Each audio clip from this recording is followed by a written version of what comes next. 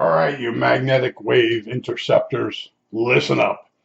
I'm doing a video again about a DX390 because I've used it more lately with the tube radios as a diagnostic tool.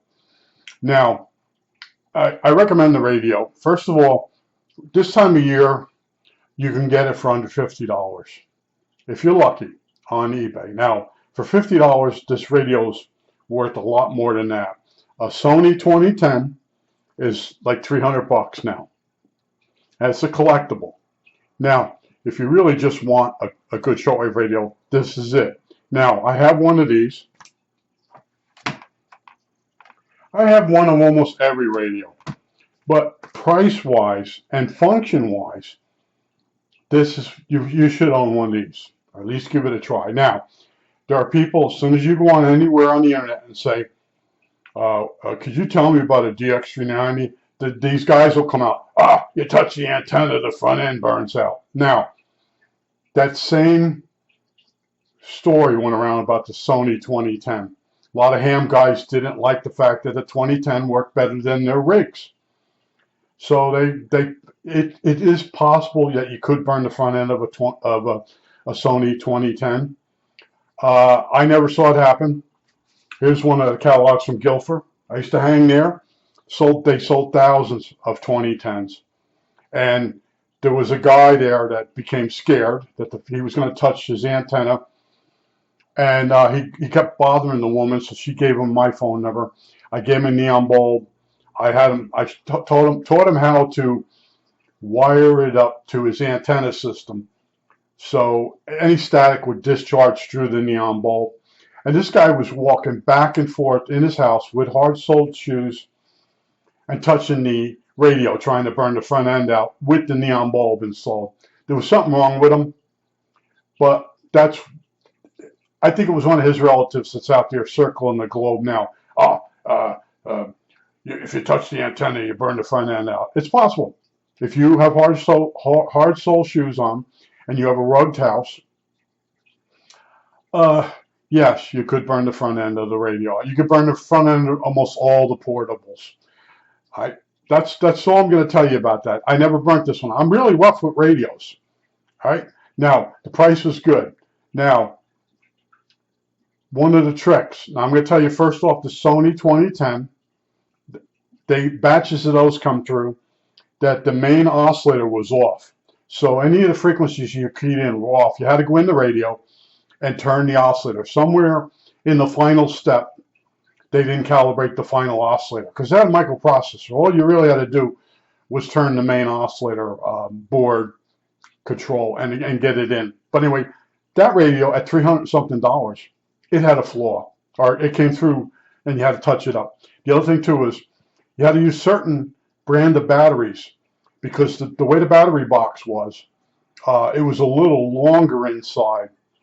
And if you put in certain brands of batteries, then when they would jiggle, they would disconnect and you'd lose all your settings. Now this radio has 3 AA batteries in it, besides the 4 D batteries. Now I use it with a power adapter. Now I want to tell you, when you get a power adapter, it's got to be heavy. You don't want a switching one. If you get a switching power adapter, it's going to put noises all up and down the shortwave band. And there are guys selling them on eBay. They don't care. Look, it works good on FM. It works good on AM. Screw shortwave frequencies. All right. Now, you notice there's a patch here. Somewhere out there, beneath the clear blue sky. Oh, I'm on the wrong end of the power adapter. Okay, here we are. Here's a patch. The wires have been reversed on this power adapter. That's because the center conductor of this radio is ground. The outside is hot. They're backwards on the old radios. All right. If you go in the Radio Shack with one of these old radios, the guy will go up on the board and find a. I know what you're going to say. Radio Shacks aren't around. Yes, they're still around. he'll put a power adapter on there, and the polarity will be backwards, and you'll burn the radio out. So that's one of the things to remember. If you're buying a power adapter and you get one, now that one was from, I think it says on there, Jameco. You buy it from Jameco, but remember the polarity has to be changed. You go plug it in, try it out real quick, you'll burn the radio. So that's what I use on the radio. Now, that station right there, that's a low power local AM station. And that's the station I use to check sensitivity of radios. One of many. There's ones that are even weaker. Well, anyway, we're back to the power adapter. You got to have the right polarity. You don't want a switcher. It has 3 AA batteries for the microprocessor. And it keeps all the settings. There's memory settings of this. This radio will not work with a power adapter without those 3 batteries in there. So someone sells you a brand new one of these with those batteries missing, and you put a good power adapter on the radio will not come on. It won't work. You'll get I think error pops up here. Maybe not. Maybe error won't even work because the micro is not working. I don't know.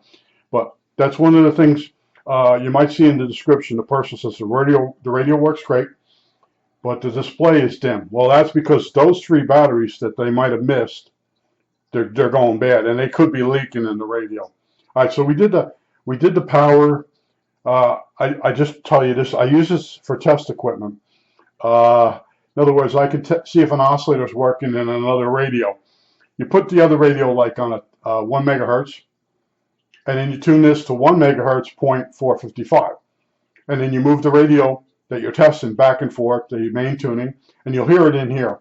That's one of the diagnostics. The other diagnostic is you come off here with a shielded wire from the side. There's an antenna jack, and you come off and you use ground, and the center conductor goes through a 0.01 capacitor, and that becomes a tester. You could test the IF of a radio to see if it's operating. You could troubleshoot. You can also do 10.7, but you'll get distortion because it's meant for FM. But anyway, there's so many things you can use this radio for, and it's my go-to radio. It's always somewhere on the bench or down below the bench, ready to be used, and it works really well. DX. Now, I did show you this, right? I'm doing this video a second time. I was playing it back, and I noticed I said AAA batteries instead of AA. It's amazing when you get older, and when you're talking, you hear AA. You don't hear you're saying AAA. Now, I had some notes here. This radio is good for like when you get a power fail, and you don't have any cable, you have nothing. Keep a set of D batteries around. Make sure you keep a good set of the microprocessor batteries, and now you got a good radio, and you can possibly find out when the power is coming back on. Because some areas, when the power fails, so do the cell towers. And in my area here, the cell towers have backup systems, and my area is I'm right off the tourist area. It's called the Miracle Mile. So when I lose power, they try to get us back on like right away because this area makes $2.5 billion every year. Yeah, $2.5 billion, the Lancaster area in tourism. But I just want to show you this radio again, and I like having this radio versus the 2010. I had a 2010, a Sony 2010. I was very nervous that I was going to drop it, or I just finally sold it. And when I took it to the flea market, I had the box and everything. And this guy wanted to open the box up and see the radio. I said, do you have $300 on you? Oh yeah, I have it. Now he's got his big fat fingers on it. I notice his hands are all dirty. And he opens the radio up and he goes, I'll give you $30. I wanted to actually kill the guy. And I put it all back together. And then after that, anyone that wanted to look at the radio, I said, show me $300. I told him so. I said, this guy just come by and he played make-believe with me. And I had to pack this whole thing back up. And a guy come by that knew me from Shortwave Store. And I made a deal with the guy. And I sold it for 300 or just under 300 to him with batteries, even though they were going for more at the time. And they were getting harder to get. They were starting, there was a period of time where so many people were buying Sony 2010s that they were becoming hard to get. Now They're everywhere. People got them in their closets. The batteries have leaked. I don't want to even go there with that. Oh, I have a 2010 in it's in mint shape. Has it been recapped? Where do we get to that? Where 2010s are now old enough, they don't work right and they got to be recapped, just like the R71As. Oh, an R71A, that's a really good radio. It really isn't, and then it's got to be recapped. And there's tins that are soldered together. You have to unside. It's a nightmare. I own 6 or 8 of them. They're in a closet somewhere. I don't really care about them anymore because I really learned that how they faked me out. They put bandpass filters on certain bands, and the frequencies in between they really didn't care about. It was basically a ham radio receiver put separately in a box and sold to people as a shortwave receiver. It is a good radio, but it isn't worth the almost $1,000 that it's sold for. But this is a great radio. I think I've covered everything for now. There's people, you touch the antenna, it burns out. You just changed the FET. There's a whole story going with it. The whole thing is, if you got a rugged house, walk around in your stocking feet so you don't burn the radio out. And you know what? Maybe you should touch a ground in the area, a wall plate or whatever, and discharge yourself before you touch the antenna of the radio. But this thing has a ghost at 3.885 megahertz. There's a station playing softly in the background. I haven't been able to figure out what it is. This is a dual conversion radio. The other thing too is if you touch, and you're like, what's that? Well, that's the keyboard scanning signal getting into the antenna when you touch it. You're the antenna. You're behind the radio this way, and you touch that, and the microprocessor's then getting on. This is on all the time. This rod antenna. Some people take a really long wire and put it on this rather than go to the side because this has an amplifier off of it. Where if you go to the side of the radio, there's no amplifier. And it's just the way they designed it. But I used the jack on the side for troubleshooting 455 IFs. I think I covered a lot more this time. You should be able to get this thing delivered to your house for around $50.